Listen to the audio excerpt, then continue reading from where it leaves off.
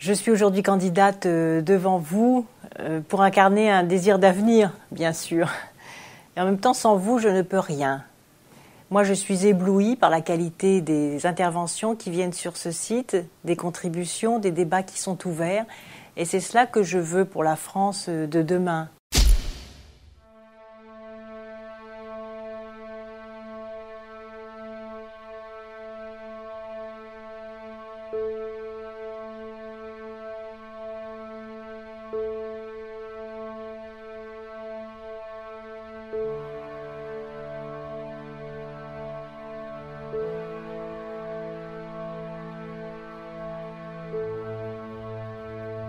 C'est-à-dire les gens qui viennent sur ce site, c'est pour livrer quelque chose et c'est pas pour raconter leur vie ou s'épancher.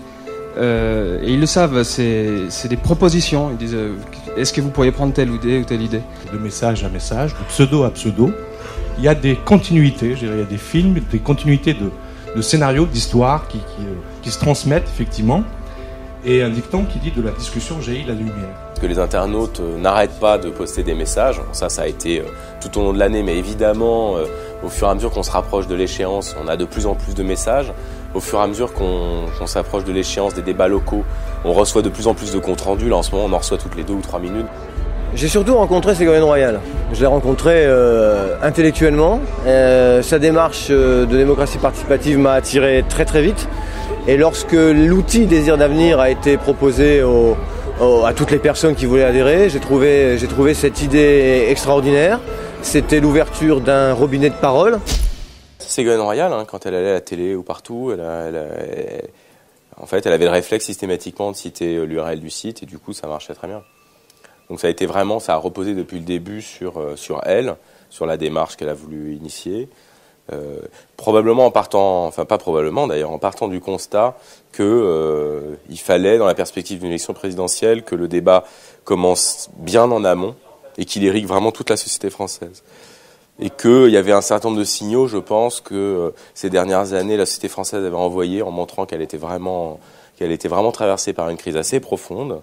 Et que, d'une certaine manière, c'était un peu le râle de rattrapage du 21 avril, ou de la crise des banlieues, ou de la campagne référendaire, et qu'il y avait une appétence pour le débat qui était extrêmement forte, mais que finalement, il n'y avait personne pour l'organiser. Et donc, elle a demandé à ce qu'on lance un site internet qui serait une plateforme de débat, à un moment donné en plus, où c'était pas à la mode, à la fin de l'année 2005, la plupart des hommes politiques qui veulent innover sur internet, ou en tout cas être à la mode, ils ouvrent un blog où ils vont donner leur avis sur l'actualité du jour, faire une espèce de billet d'humeur. Et elle, c'est pas du tout ce qu'elle a voulu faire. Elle voulait qu'on fasse une vraie grande plateforme de débat participatif. Avec vous, je suis en train de construire mon projet présidentiel pour mieux répondre aux inquiétudes et aux attentes des Français. C'est ainsi qu'en 1000 lieux et même plus, dans les grandes villes comme dans les petites, nous faisons une chose dont beaucoup avaient perdu l'habitude et dont d'autres n'ont jamais eu l'expérience. Nous nous écoutons, nous nous parlons, nous bâtissons, nous construisons un diagnostic partagé des difficultés que vivent les Français pour parler juste et ensuite pour agir juste.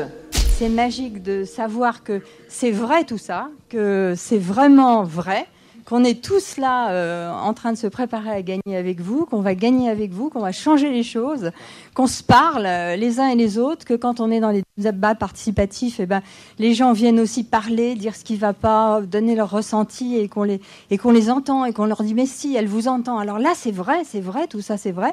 Et moi, je trouve ça géant. Alors j'ai envie de vous dire, Ségolène, vraiment, j'ai envie de vous faire la bise parce que je trouve ça formidable. Je trouve ça formidable et je vous remercie.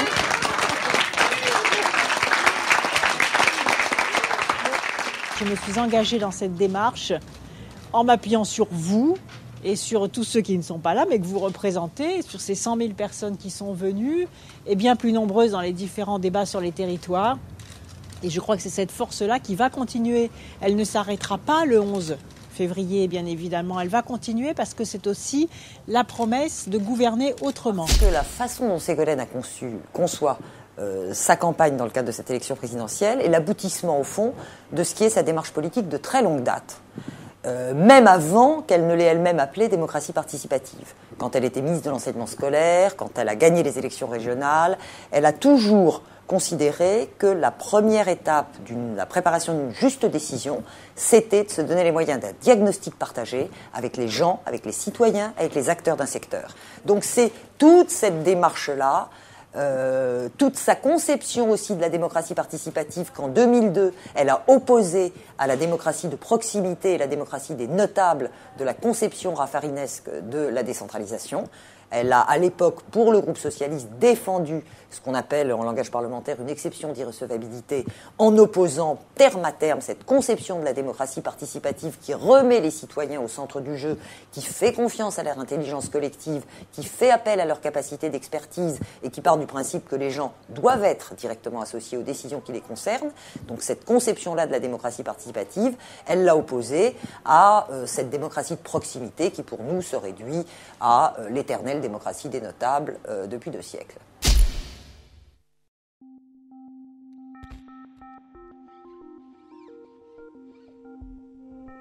Depuis quelque temps, je pratiquais beaucoup Internet et j'ai furté un peu sur différents sites. Et puis je suis tombé sur celui-ci et ça m'a beaucoup intéressé. Donc je suis passé à la vitesse supérieure en venant plus régulièrement sur ce site. Et puis petit à petit en intervenant dans les différents domaines où je pouvais avoir quelque chose à dire.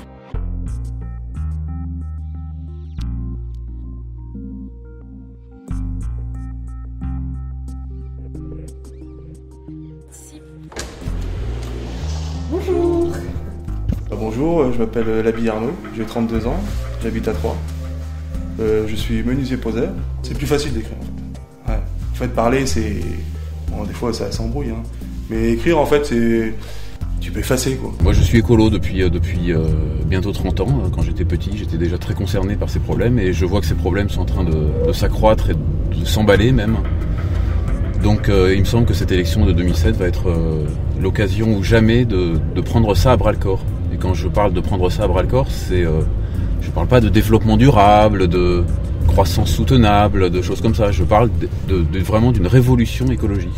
Globalement, le public est très engagé à faire des gestes simples pour lutter contre les changements climatiques, mais de la même façon demande des politiques publiques fortes. Donc à partir de là, on voit comment on formule les propositions qui sont celles de la plateforme présidentielle. C'est la reconnaissance effectivement que l'expertise ne vient pas uniquement des cabinets ministériels, des agences publiques d'État, mais qu'il y a une densité de propositions qui peuvent venir de différentes sources et qui, de fait, sont extrêmement riches, extrêmement intéressantes à mettre dans la machine pour aboutir à des propositions qui seront du coup plus intelligentes. Je crois que c'est l'idée de l'intelligence collective qui ressort dans ces débats.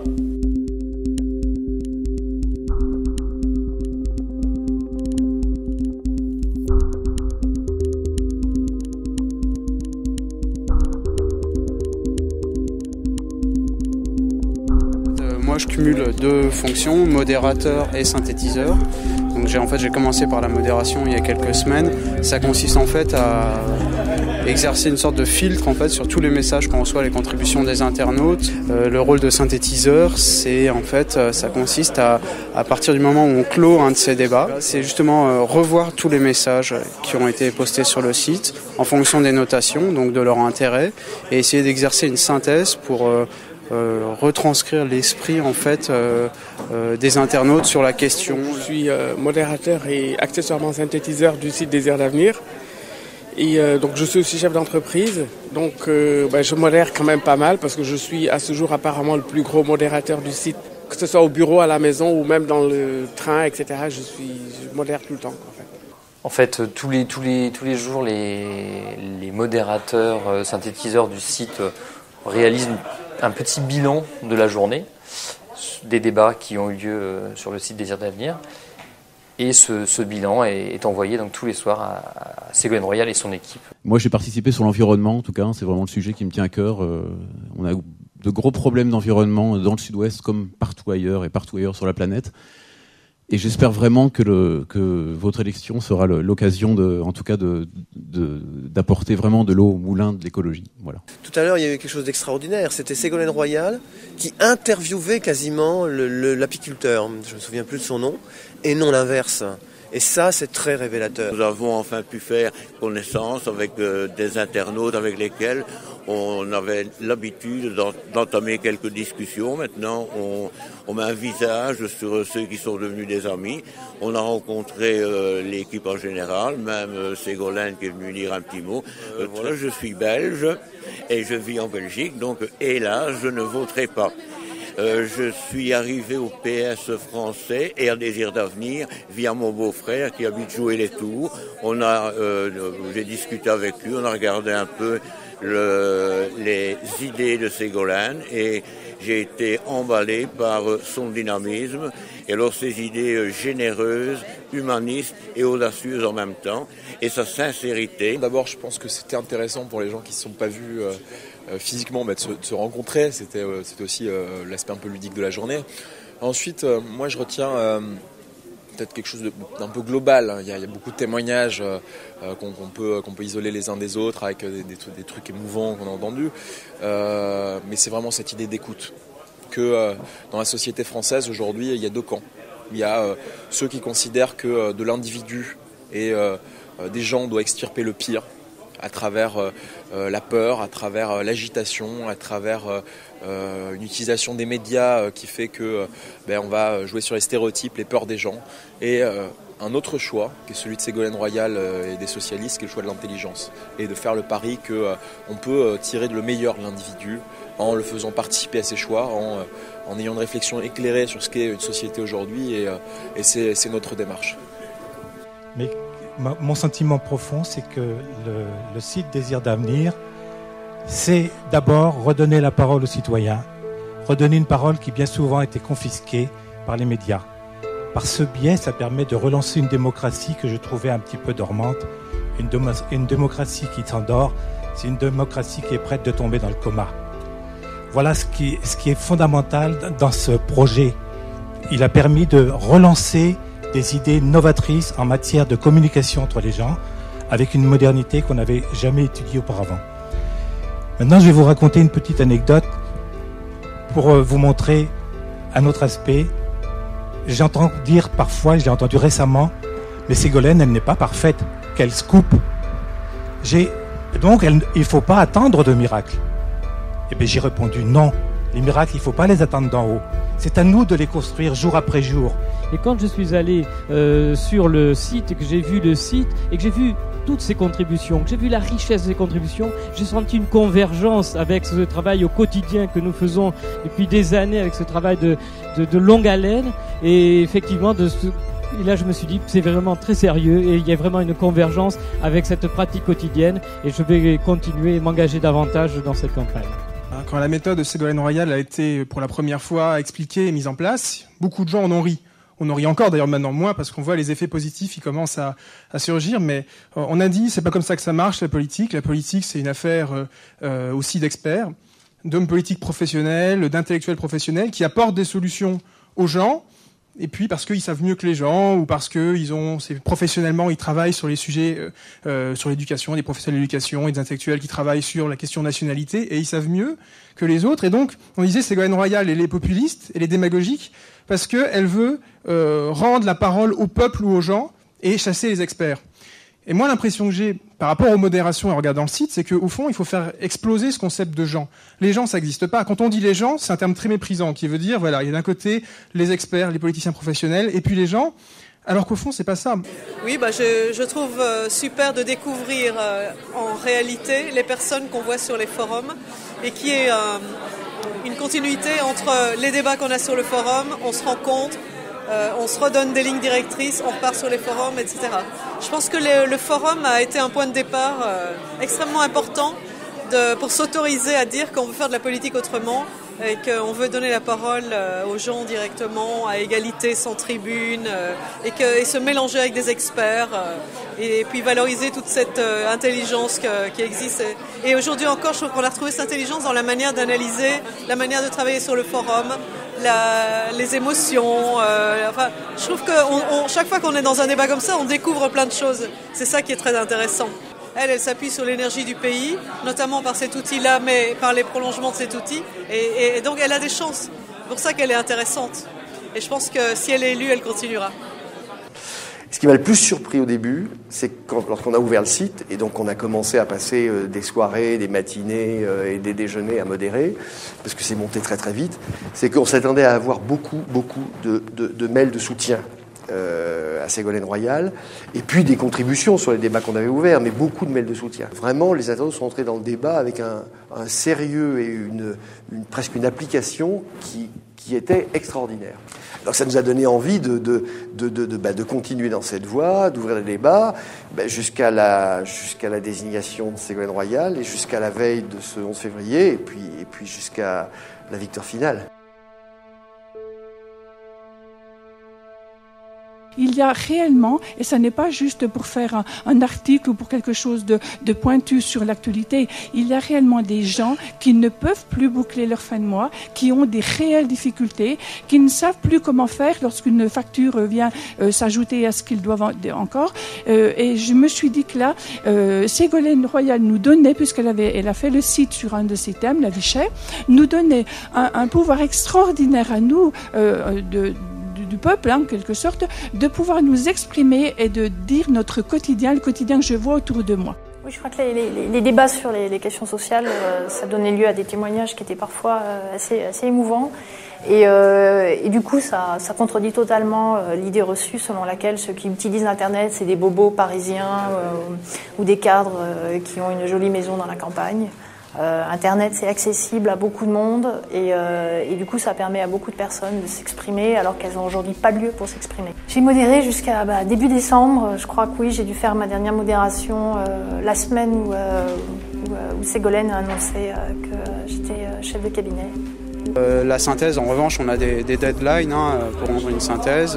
On travaille à plusieurs dessus, donc là, c'est beaucoup plus intense. Se mettre en situation d'écoute, c'est déjà un acte de respect extrêmement important pour les citoyens en tant qu'individus, mais aussi leurs associations, parce qu'il y a beaucoup de propositions qui sont venues par des citoyens, mais dont on voit qu'elles ont été mûries par le circuit de la société civile, justement. Un autre choix, qui est celui de Ségolène Royal et des socialistes, qui est le choix de l'intelligence. Et de faire le pari qu'on peut tirer le meilleur de l'individu en le faisant participer à ses choix, en ayant une réflexion éclairée sur ce qu'est une société aujourd'hui. Et c'est notre démarche.